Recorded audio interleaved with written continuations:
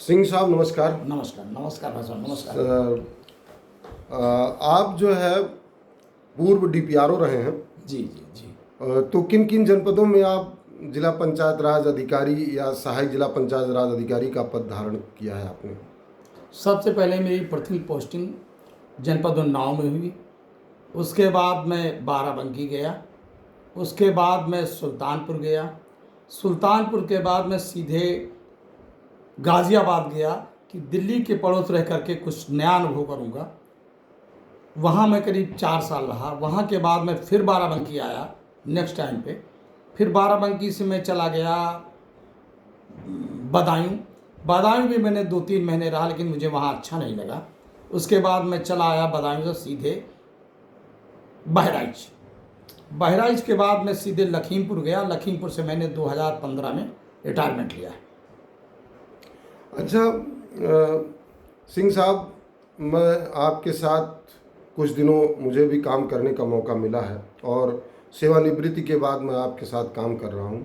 लेकिन आपका जो अतीत है, ख़ास तौर से जो आपके पूर्वज हैं, वो चूँकि लखनऊ के निवासी थे और आप लखनऊ के ही एक ख़ास गांव के रहने वाले हैं।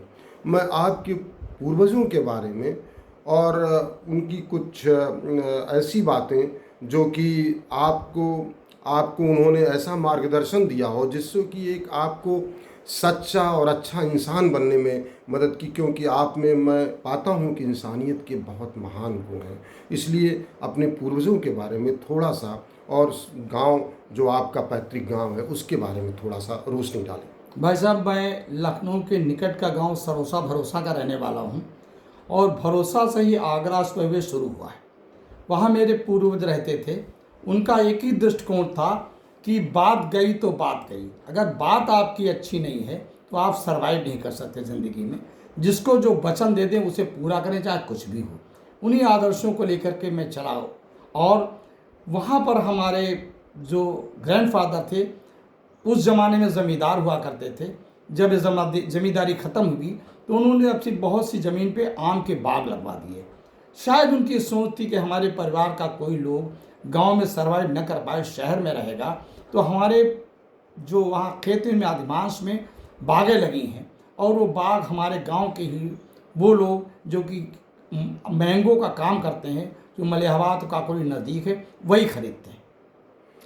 अच्छा सर, मैंने अभी आप बता रहे थे कि आप सरोसा भरोसा गांव के हैं। जी जी। तो हमारे ख्याल से उस गांव का जो संस्कार है वो भरोसा पर टिका हुआ है और भरोसा आपके गांव का हिस्सा रहा है, नाम रहा है। जी जी। तो मैं समझता हूँ आपने अपने पिताजी के वचनों का भरोसा, अपने मित्रों के वचनों का भरोसा और अपने साथियों का भरोसा और अपने पड़ोसियों के ऊपर भरोसा, आपसे जो मिलने जुलने जो वाले लोग थे उनका भी भरोसा आपने निभाया है। आपने अभी अपने इंटरव्यू में बताया कि वर्ड्स की आपने कीमत रखी है।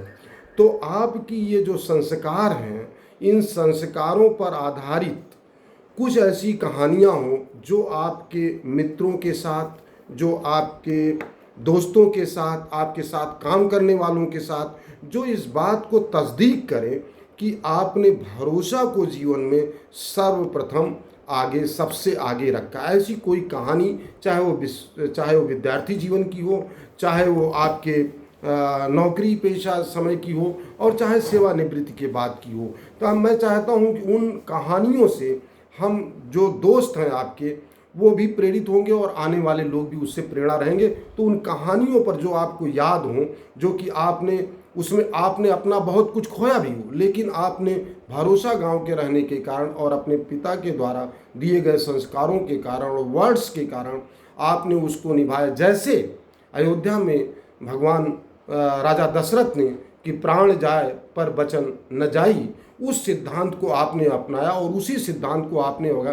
तो उससे संबंधित जो कहानियाँ, चाहे वो कर्मचारियों के साथ हों, चाहे वो अधिकारियों के साथ हों, चाहे वो आपके साथ जो भी लोग संपर्क में आए हों, उनके साथ आप उन कहानियों को आप कुछ हम लोगों को ऐसी कोई कहानी जो रोचक कहानी लगे उसको हमें शेयर करें। बहुत अच्छा, आपने बहुत बड़ी बात कह दी। राजा रामचंद्र की बात बहुत बड़ी बात हो गई। उसका तो कहीं कहीं पर भी हम लोग समाप्त वो नहीं कर पा रहे हैं, लेकिन हमने अपने गांव में जो आदर्श पाया कि हमारे ग्रैंडफादर ने जो वहाँ पर पार्टी बनाई थी, एक बार मुंह से जो कह दिया जिसको वही कर लिया। गांव भर के लोग हमारे पूर्वजों के ख़त्म होने के बाद अभी मुझे बाबा की बात से बुलाते हैं, बाबा ही कहते हैं। हम लोग मेनली गांव में आम के व्यापार का काम करते थे और आम के व्यापार में हम लोगों को नगद पैसा 3 महीने पहले मिल जाता था। लेकिन अगर बाग में किसी को नुकसान हुआ है तो हमने बैंक से भी पैसा निकाल के उनको दिया है कि आपका परिवार कहीं इसमें मुख्तलिफ में न रहे। ये आदर्श मैंने अपनाया।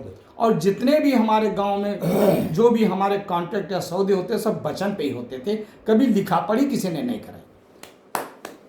जहाँ तक सर्विस की बात है, जिन जिन जिलों में रहा तो मैं पूरे पंचायत विभाग को अपना परिवार समझता था। चूँकि थोड़ा मेरी वाणी कड़क थी और स्पष्टवादी में था तो मैं तुरंत कह देता था, और चूँकि परिवार के नाते लोग जानते थे कभी मेरे पेट पे लात नहीं मारेंगे, इसलिए वो सह लेते थे। और इसी तरह मैं पूरी सर्विस में मैंने इंजॉय करके सर्विस की है, ना कि ये समझ करके सर्विस है। हमें बहुत ही हर ज़िले में बहुत ही रिकॉर्ड मिला है, बड़ा स्वाभिमान मिला है। आज भी मैं उन जिलों में जाता हूँ तो लोग उसी रिकॉर्ड और स्वाभिमान का मुझे उदाहरण प्रस्तुत करते और देते हैं मुझे।